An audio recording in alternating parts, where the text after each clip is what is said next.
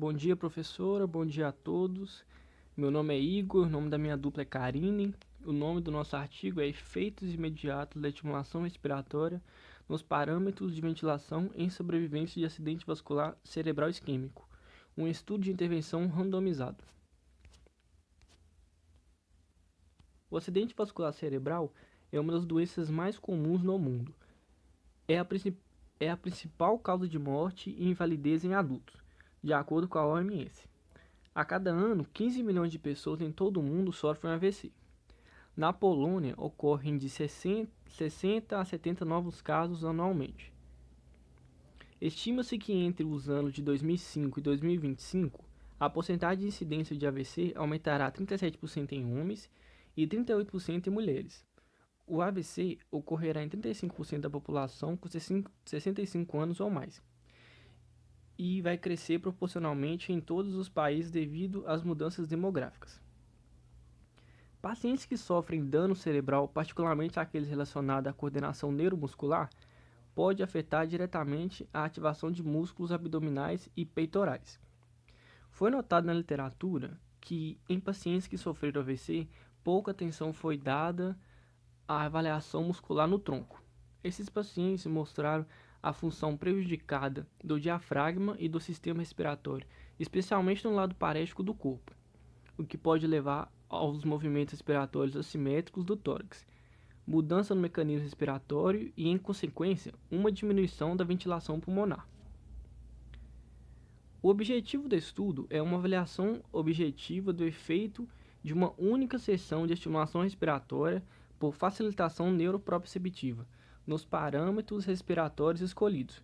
No segundo grupo, foi utilizado posicionamento. Bom dia, professora. Bom dia, turma. Então, dando continuidade às explicações do Igor sobre a escolha do nosso artigo em questão, eu vou falar um pouco para vocês sobre materiais e métodos e os demais slides para exemplificar um pouco da apresentação, né? Em relação a materiais e métodos, o estudo em questão, para a utilização do artigo, ele foi realizado com 90 pacientes, né? Avaliando os parâmetros respiratórios desses pacientes com base nos efeitos de estimulação respiratória, né? Os pacientes avaliados em questão foram pacientes com AVC isquêmico, né?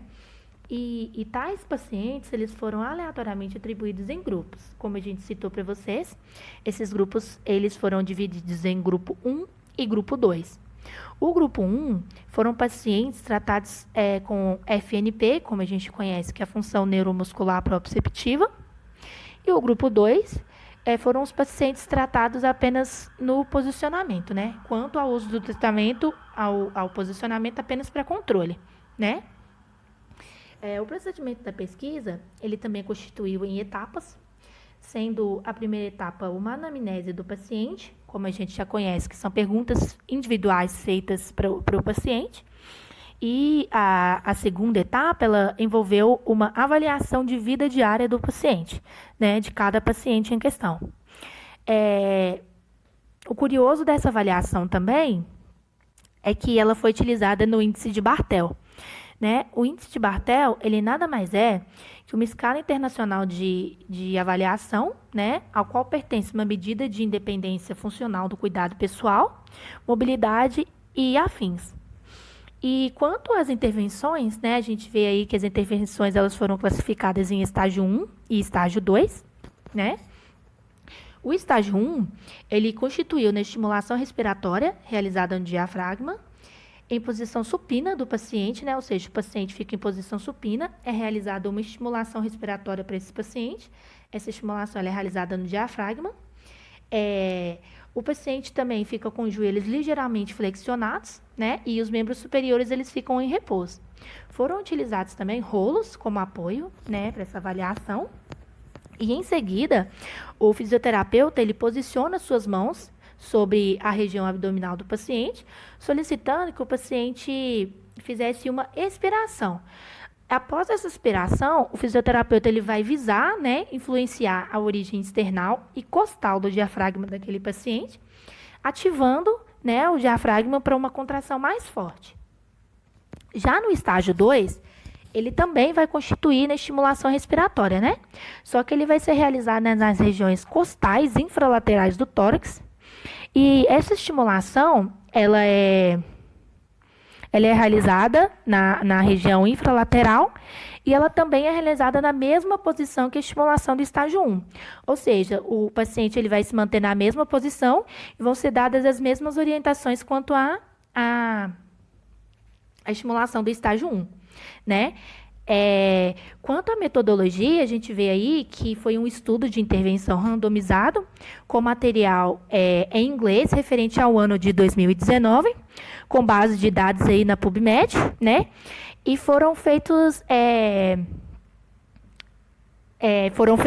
artigos de inclusão e de exclusão, né? Quanto ao estudo. A inclusão do artigo, ela foi feita com pacientes em AVC isquêmico por pelo menos 6 meses após o episódio, hemiparesia, consentimento do paciente, permissão do médico e estado de bem-estar geral. E quanto à questão de exclusão, foram exclusos do estudo pacientes com afasia sensorial, histórico de infarto de doença respiratória crônica, infecção, outras doenças ou doenças respiratórias afetando o trabalho dos músculos respiratórios, pacientes sem obesidade com um índice de massa corporal maior que 28, né? E após cirurgia torácica abdominal, e a índice de Barthel menor que 60, e pacientes com falta de consentimento. Quanto aos resultados, essa foi uma escala que a gente retirou do próprio artigo mesmo, e essa escala, ela está exemplificando, né? Ela é uma escala de uma tabela, né? É uma tabela comparativa que vai exemplificar a base de testes de espirometria que foi realizada com esses pacientes, né? Essa tabela, ela foi realizada entre os grupos, incluindo a comparação, né, entre a pré e a pós-intervenção, bem como a diferença entre esses valores para a comparação desses pacientes, né? Em relação à análise comparativa entre grupo do volume de capacidade vital e o volume expiratório forçado no primeiro e segundo, quanto aos parâmetros, mostraram um aumento, né, estatisticamente significativo nos valores de ambos.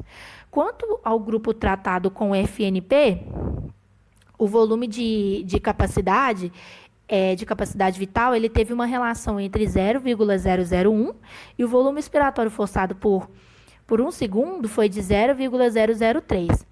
E no grupo de pacientes que não foram tratados com a FNP, o aumento ele foi substancial no valor tratado apenas para o volume expiratório forçado por minuto. Em contrapartida, né, ao grupo de posicionamento, o valor de volume de capacidade vital ele foi estatisticamente insignificante quanto aos demais. Ou seja, a gente vê aí que não teve muita relação, não teve uma comparação mais significativa, com bases mais exemplificadas do que os outros grupos, né? E a conclusão foi que houve limitações de estudo, né? Pelo fato de serem utilizadas apenas com pacientes submetidos a uma sessão de intervenção, e houve necessidade de avaliação, né? Tanto na doença crônica quanto na fase aguda. E a conclusão desse artigo, né, que ela visa nos concluir, é que a aplicação de estimulação do FNP, ela contribuiu para um aumento, né, do parâmetro de FEV, né, de volume expiratório por minuto e do volume da capacidade vital. No entanto, nenhuma mudança positiva foi observada no outro parâmetro que favorecia a prova do efeito benéfico de facilitação de funcionamento do sistema respiratório nesses pacientes. As nossas referências e é isso. Muito obrigada.